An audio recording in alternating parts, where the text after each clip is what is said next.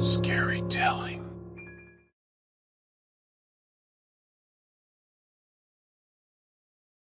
As the fire burned the house around me, I frantically called 911. My heart raced as I waited for someone to answer the phone, hoping that they would send help as soon as possible. "Your call is very important to us," said the automated voice on the other end of the line. "Please hold for the next available operator." I felt a sense of panic wash over me as I listened to the elevator music playing in the background. My mind raced as I wondered how long it would take for someone to answer the phone. I could feel the heat from the flames getting closer, and I knew that I didn't have much time. Finally, a voice came on the line. 911, what's your emergency?" I screamed into the phone, telling them about the fire and begging them to send help as soon as possible. The operator told me that they were dispatching firefighters to my location and that I should stay on the line.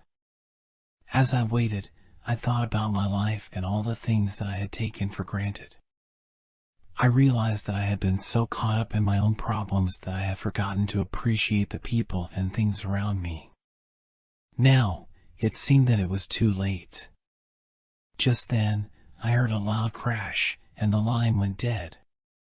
I knew that something had happened, but I didn't know what. I waited in silence, hoping that the firefighters would arrive soon. After what seemed like hours, I heard the sound of sirens in the distance. I felt a sense of relief wash over me as I realized that help was finally on the way. The firefighters arrived and rescued me from the burning building. As I looked back at the ruins of my home, I realized that everything that I had ever known was gone. I didn't know what the future held for me, but I knew that I had to be grateful for every moment and make the most of the time that I had left. After the fire, I was left with nothing. All of my possessions had been destroyed, and I had nowhere to go. I had to rely on the kindness of strangers to get me through the tough times. It was during this time that I started to experience strange things. At first, it was just a feeling that someone was watching me. But then I started to hear strange noises in the middle of the night. I would wake up to the sound of footsteps or whispers, but when I looked around, there was no one there. I tried to ignore it and tell myself that it was just my imagination, but it became harder and harder to do so as the days went on. One night, I woke up to find that my bed was shaking. I sat up and looked around, but there was no one there. I tried to tell myself that it was just an earthquake, but I knew deep down that it wasn't. The next day, I went to see a psychic. I didn't really believe in that kind of thing, but I was desperate for answers.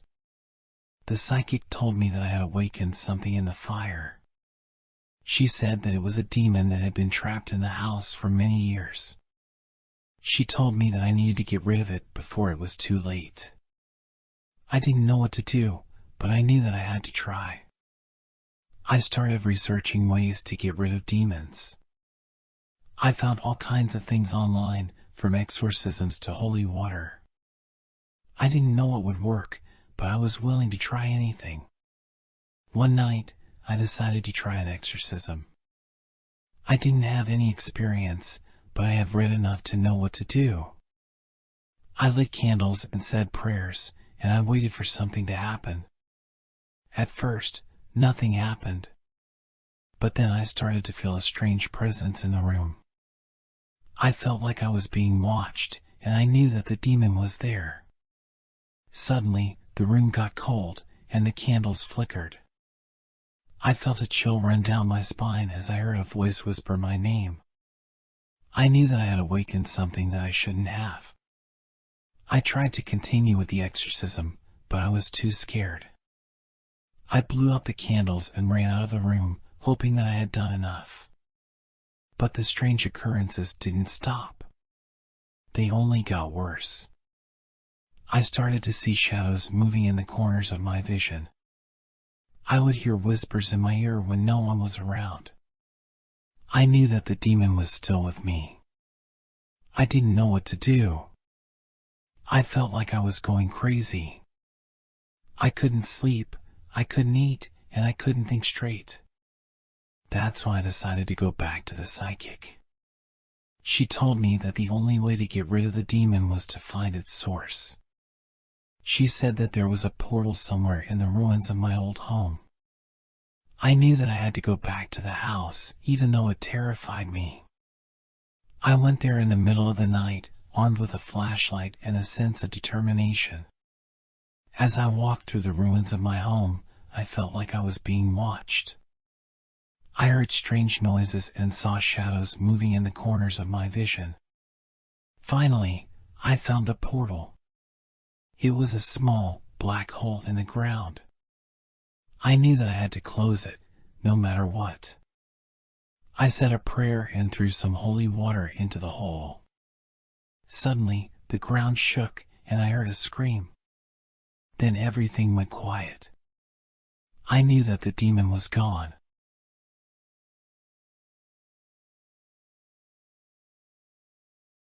I have always had severe OCD. My need to check and recheck everything multiple times before leaving any place has been a constant struggle for me. My friends always tried to help me by checking things for me, but last night I learned that sometimes even my friends' good intentions can cause more harm than good. Last night, we were at a friend's party, and I had an overwhelming feeling that I had left my oven on. I couldn't shake off the feeling, and my hands were shaking. I begged my friends to let me go home and check, but they convinced me that it was just my OCD acting up again and that everything would be fine. Eventually, I agreed to stay at the party, and we continued to have fun.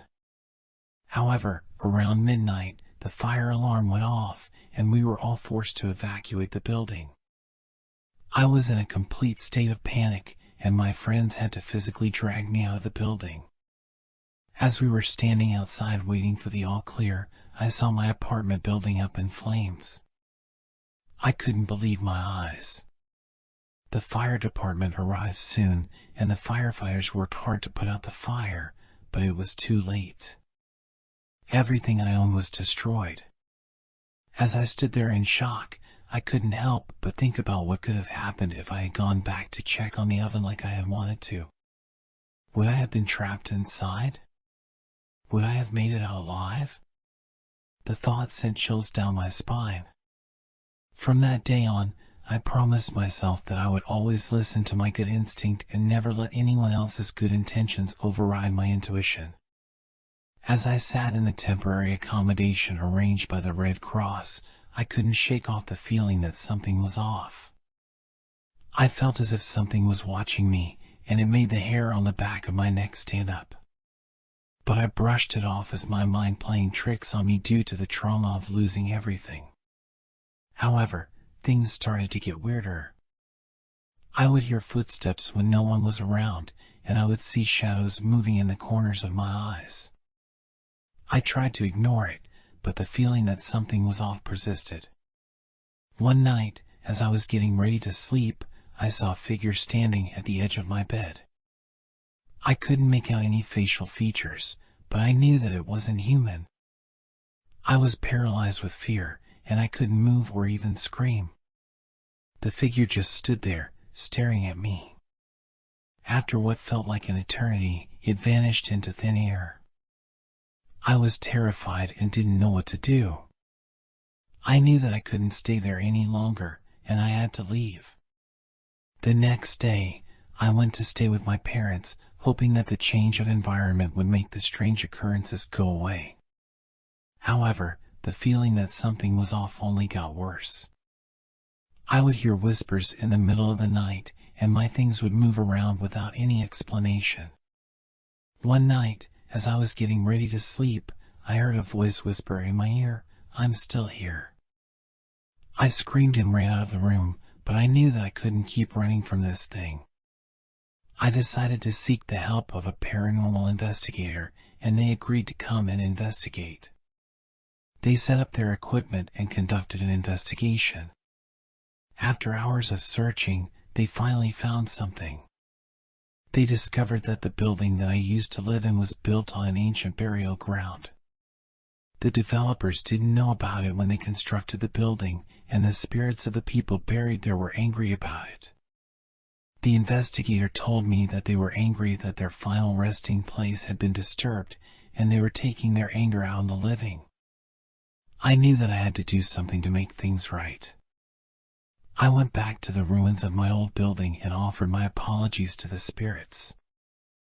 I promised them that I would do everything in my power to make things right. After that, the strange occurrences stopped, and I never saw the figure again. I learned that sometimes the things we think are just a product of our imagination can be real, and we need to address them before they consume us. I thought everything was over, and I could finally move on from the traumatic events that had taken place. However, it seemed that the spirits were not ready to let go of me just yet. One night, as I was driving home from work, I saw a figure standing in the middle of the road. I tried to swerve to avoid it, but it was too late. I hit the figure, and my car spun out of control. I was lucky to walk away with only a few bruises, but the figure disappeared into thin air. I knew that it was the same figure that had haunted me after the fire. It seemed that it had followed me, and I didn't know what to do. I decided to seek the help of a psychic medium, hoping that they could shed some light on the situation. The medium told me that the figure was a vengeful spirit that was angry at me for disturbing its resting place. It had attached itself to me and was determined to make me suffer. The medium told me that the only way to break the curse was to find a way to make peace with the spirit. I didn't know how to do that, but I was determined to try. I went back to the ruins of my old building and sat in silence, hoping that the spirit would come to me. After a while, I felt a cold breeze, and I knew that it was there. I spoke to the spirit, apologizing for what had happened and promising to do everything in my power to make things right. After a few moments of silence, I felt a sense of peace wash over me. It seemed that the spirit had finally let go of its anger, and it was at peace. I thanked the spirit and left, feeling relieved and free. From that day on, I knew that I had to be more careful about the places that I lived in and the history behind them. I also learned that sometimes, the things that we fear the most can be the things that teach us the most valuable lessons.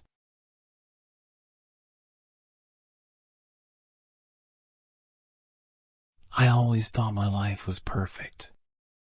2 beautiful kids, a loving husband with deep pockets, a large house, a lovely pink car, and maids to do my bidding.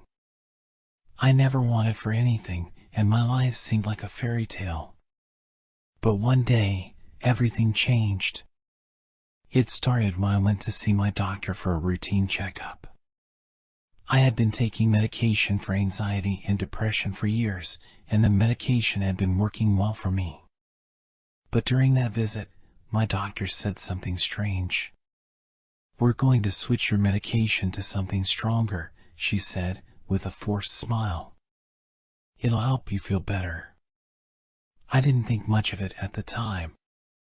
After all, my doctor knew what was best for me, right? But after a few weeks on the new medication, things started to change. I felt more anxious and paranoid than ever before. I would hear strange noises at night, and I was convinced that someone was watching me. My husband tried to reassure me, but his words fell on deaf ears. I was convinced that something was wrong, and I couldn't shake the feeling. One night, I woke up in the middle of the night to use the bathroom. As I was walking back to bed, I noticed a shadowy figure standing in the corner of my room. My heart pounded in my chest as I tried to scream, but no sound came out. The figure started to move towards me, and I could see its eyes glowing in the darkness. I was paralyzed with fear, unable to move or scream. And then, just as suddenly as it had appeared, the figure disappeared. I was left alone in the darkness, shaking and covered in sweat. I knew then that something was very, very wrong. The days that followed were a blur of anxiety and fear. I was convinced that I was being watched, that someone was following me, that something was out to get me. My husband tried to reassure me, but his words fell on deaf ears. The medication had changed me, and I was no longer the person he had married. I started seeing things everywhere I went. Shadows moved when they shouldn't, and I could swear that I saw faces staring at me from the corners of my vision. I knew that I had to do something. I couldn't go on like this forever. So I made an appointment with my doctor and told her everything. I told her about the shadowy figure in my room, the paranoia and fear that had consumed me, the sense that something was out to get me. But she didn't seem surprised. In fact, she seemed almost pleased. "You're just having a bit of a reaction to the new medication," she said with a forced smile. "We'll switch you back to your old dosage, and you'll be feeling better in no time." But I knew deep down that something wasn't right. I knew that the medication had changed me, and I couldn't go back to the way things were before. And then, one night, something happened that changed everything. I was lying in bed, staring up at the ceiling, when I heard a voice whispering in my ear. "You can't escape me," the voice said, and I could feel hot breath on my skin. I sat up in bed, heart pounding in my chest. I looked around the room, but there was no one there. I knew then that something had to be done. I couldn't go on like this any longer. I decided to take matters into my own hands. I knew that the medication was the root of all my problems, so I started doing some research on it. I scoured the internet, looking for information on the drug, its side effects, and any potential dangers. And what I found was terrifying. There were stories of people who had taken the medication and never been the same again. People who had lost their minds, who had become convinced that they were being followed or watched. I knew then that I had to get off the medication, but I didn't know how. I couldn't just stop taking it cold turkey, and I didn't trust my doctor to do it properly. So I made a plan. I would wean myself off the medication slowly, taking smaller and smaller doses until I was completely free of it. It wasn't easy. The withdrawal symptoms were brutal, and I spent weeks feeling sick, dizzy, and paranoid. But I persevered, knowing that I had to do this for myself and for my family. And then, one day, I woke up feeling like myself again. The anxiety and fear were gone, replaced by a sense of calm and peace that I hadn't felt in months. I knew then that I had done the right thing. But the story doesn't end there. One night, a few weeks after I had stopped taking the medication, I woke up to a strange sound coming from outside. It was a low, guttural growl, like nothing I had ever heard before. I got out of bed and went to the window, peering out into the darkness. And what I saw chilled me to the bone. There was a figure standing in the shadows, watching me. Its eyes glowed in the darkness, and I could feel its gaze on me, even from that distance. I knew then that my problems were far from over. Something had been awakened inside me, something that I couldn't control. And I knew that I was in for the fight of my life.